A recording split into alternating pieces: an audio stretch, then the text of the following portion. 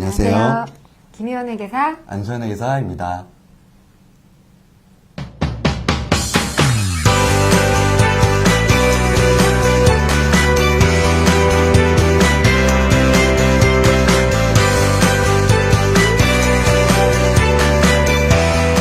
지난 8월 1일자로 기획재정부는 2017년 세법 개정안을 발표하였습니다.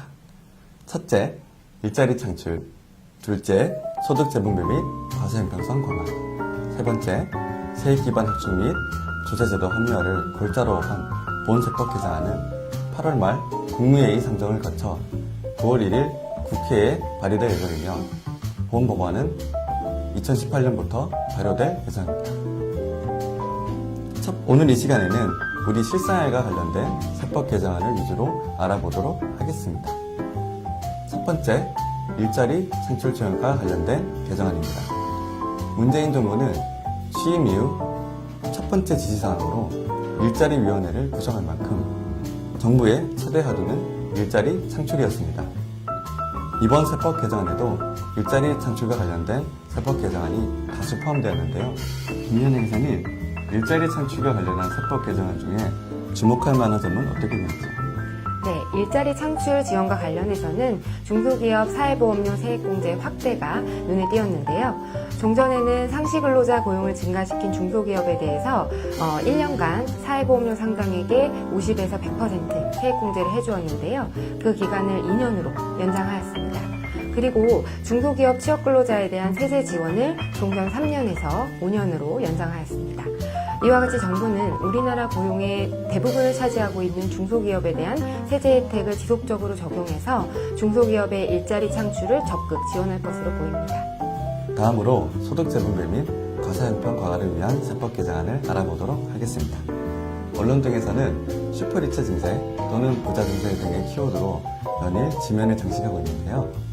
현행 소득 구간별로 최저 6%에서 최고 40%의 6단계 누진세율 구조를 취하고 있었는데요. 본 세법 개정안에서는 3억 원 초과 40%, 5억 원 초과 42%의 구간을 신설함으로써 총 7단계의 세율 구조를 취하도록 발의하였습니다. 현행 사회보험료 부담까지 고려할 경우 5억 원이 넘는 초고소득자의 경우 최고 부담 세율이 50% 이상에 이를 것으로 보입니다. 김희원 회계사님, 슈퍼리처 증세 이외에도 소득 재분배를 위한 세법 개정안은 또 어떤 것이 있을까요? 네, 우선 근로자의 문화생활 지원 목적으로 도서 공연 지출에 대한 신용카드 등 소득공제가 확대되었습니다. 총급여 7천만 원 이하인 근로소득자에 한해서 도서 공연 지출분에 대해서 종전 15%에서 30%로 공제율을 확대했고요. 한도도 100만 원 추가되었습니다. 그리고 2017년 말까지 부가가치세가 면제될 예정이었던 영유아용 기저귀, 분유에 대해서도 2020년 말까지 계속적으로 부가가치세가 면제가 돼서 육아비용을 절감할 수 있을 것으로 판단됩니다. 추가적으로 개인 음식점업자 중에서 연매출 4억 원 이하의 분들에 대해서는 공제율을 108분의 8에서 109분의 9로 2018년부터 2019년까지 2년간 상향 조정하기로 했습니다. 영세 음식점업의 이전 열세 공제율을 상향하기로 한 것도 눈에 띄네요. 통계청에서 발표한 자료에 따르면 전국 음식점 업수는 약 65만 개에 달할 것으로 추정됩니다. 그리고 이 중 대다수의 음식점이 연간 매출 4억 원 미만의 영세 음식점업이라는 점에서 이번 세제 개편은 실질적인 조세 혜택으로 이어질 것으로 보이네요. 마지막으로 세액 기반 합충 및 조세제도 합리화를 위한 세법 개정안을 알아보도록 하겠습니다. 문재인 대통령은 지난 7월 19일 100대 국정과제를 발표했는데요.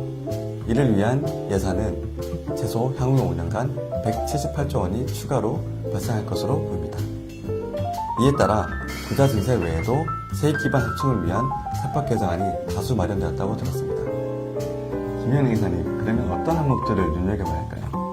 우선 소규모 법인 등에 대한 성실신고 확인 제도가 도입되었습니다. 종전에는 업종별 일정 규모 이상인 개인 사업자들에 대해서만 성실신고 확인 제도를 운영했었는데요.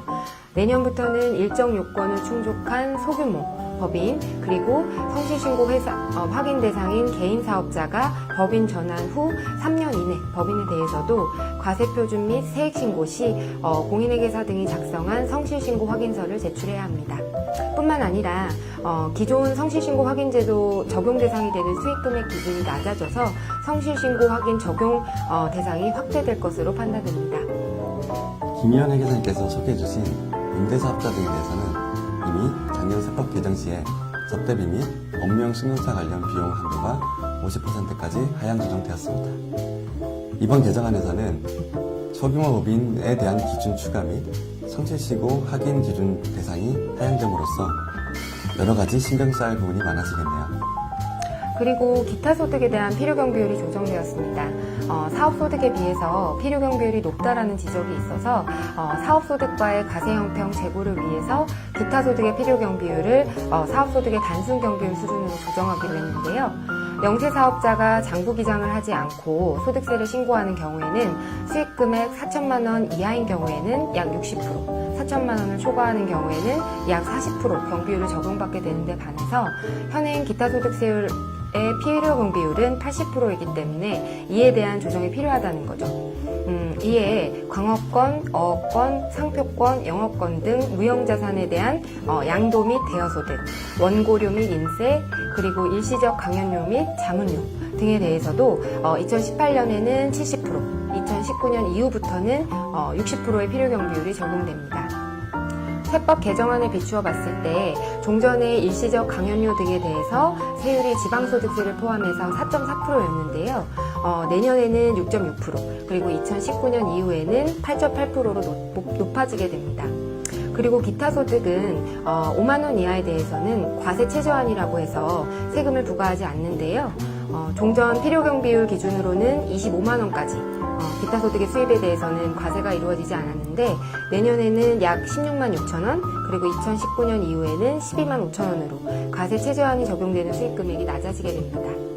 저희도 일을 하다 보면은 외부 강연료 및 원고료 등으로 기타 소득을 가끔씩 받는데요. 직접적인 영향이 있겠네요. 이렇게 세법 개정안이 저에게도 현실적으로 확 와닿게 되네요. 그리고 향후 세법 개정안이 국회 의결을 거쳐서 확정될 때 관련 내용은 한국공인회계사회 조세지원센터 페이스북에 정리해서 올릴 예정입니다. 한국공인회계사회 조세지원센터 페이스북에도 많은 관심 부탁드리겠습니다. 이상 김희연, 안수현 회계사였습니다.